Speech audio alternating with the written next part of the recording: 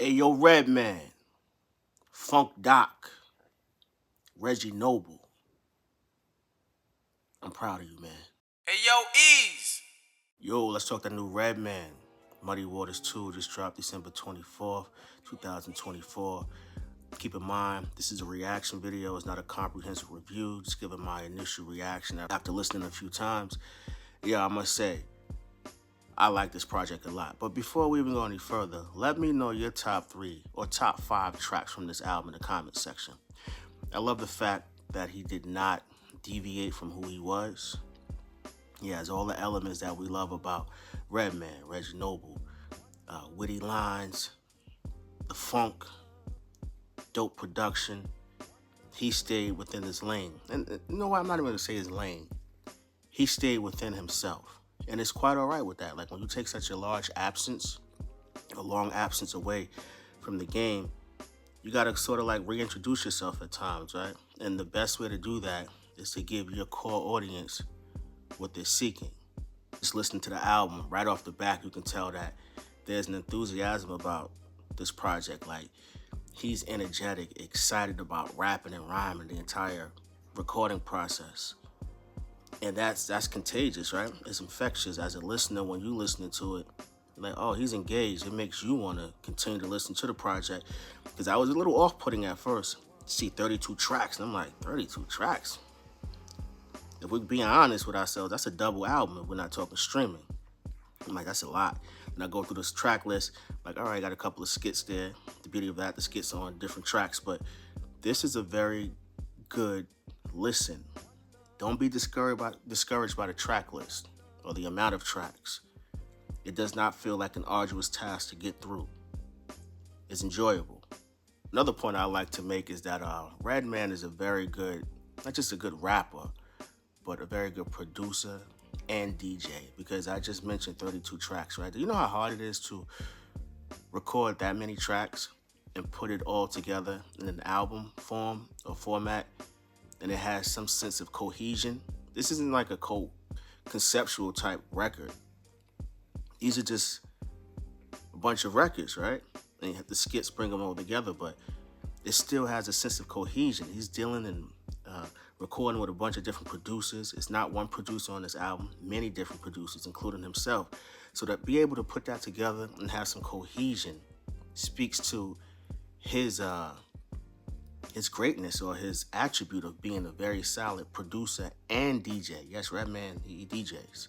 Something else that jumped out to me is that Def Squad, Hit Squad, Eric Sermon, Rockwilder, and Redman, and the others have a very uncanny ability to take all the elements together and give you a record that connects with everyone.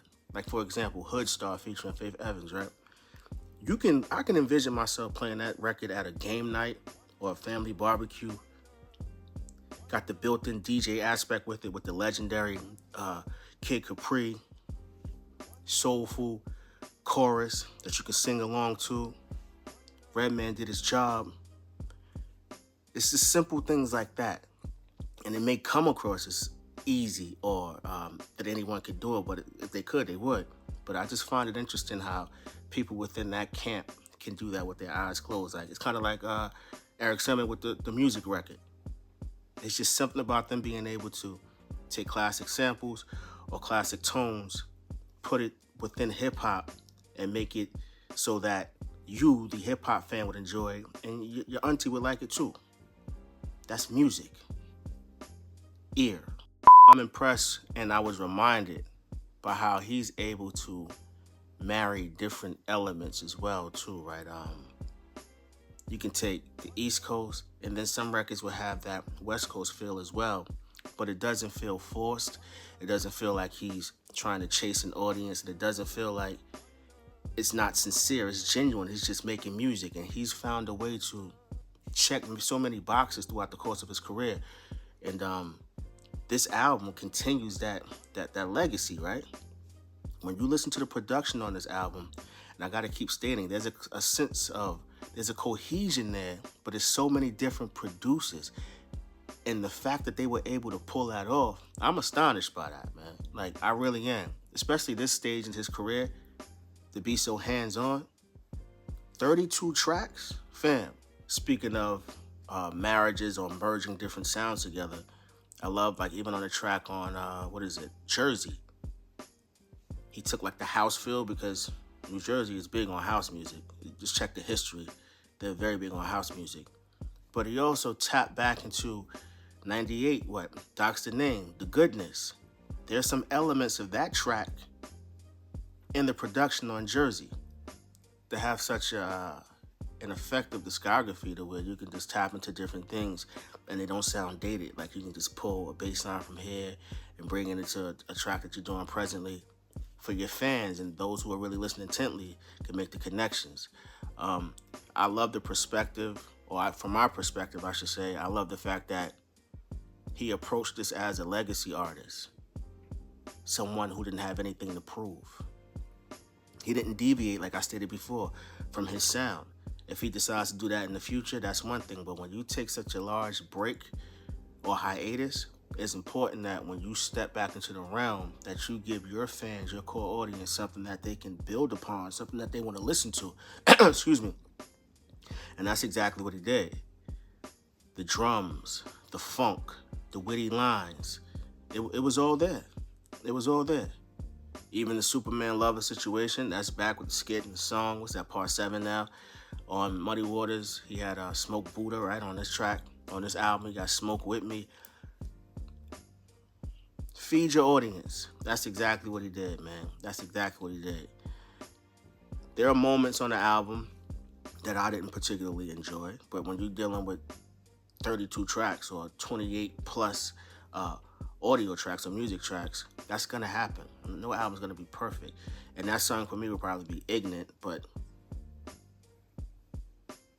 who knows? A week from now, I may find the appreciation in it, but for me, it just sounded like something was off with the way they chopped the sample or his flow. It just seemed like it was not a tad bit, not swing off. It just seemed like it was completely off.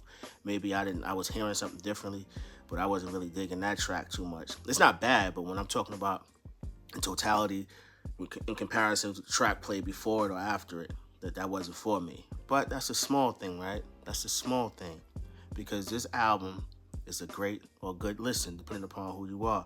It's not trash. It's quality music. It was well thought out, because as I stated, I'm going to keep saying, you can't have 30 plus tracks and have cohesion and it not be a good listen, right? Doesn't sound like a mixtape. Doesn't sound like a project or a hard drive dump where he just trying to put something on the streaming site to get some bread. It sounded as though he really was listening to it intently and wanted to feed his audience. And I think he was highly effective with it. The only thing that's missing from this album would be Keith Murray, for sure. I would love to hear Keith Murray on the joint. And there was some times where I would say to myself, certain things sound a little dated, but that's to be expected, right? I don't think he recorded all this in a vacuum. He recorded some stuff maybe 3 years ago, a year ago, 6 months ago. But those are small things. All in all, Muddy Waters 2, had it dropped earlier this year, it probably would have been one of my most played albums, for sure. And I'm not saying, and that's not being based upon the amount of tracks. I mean, like, I would have played this album. Like, this is good music right here. So shout out to Reggie Noble. Redman, welcome back, man. The game been missing you. We appreciate your contributions. Keep doing what you're doing. And once again, let me know your top 5 tracks off this album in the comment section. If you don't agree with me, let me know in the comment section as well. As you know, the Eeze Experience is a safe place for hip-hop discourse, and I appreciate you all out there. Once again, happy holidays, and go get your yeah. Hey, yo, Eeze.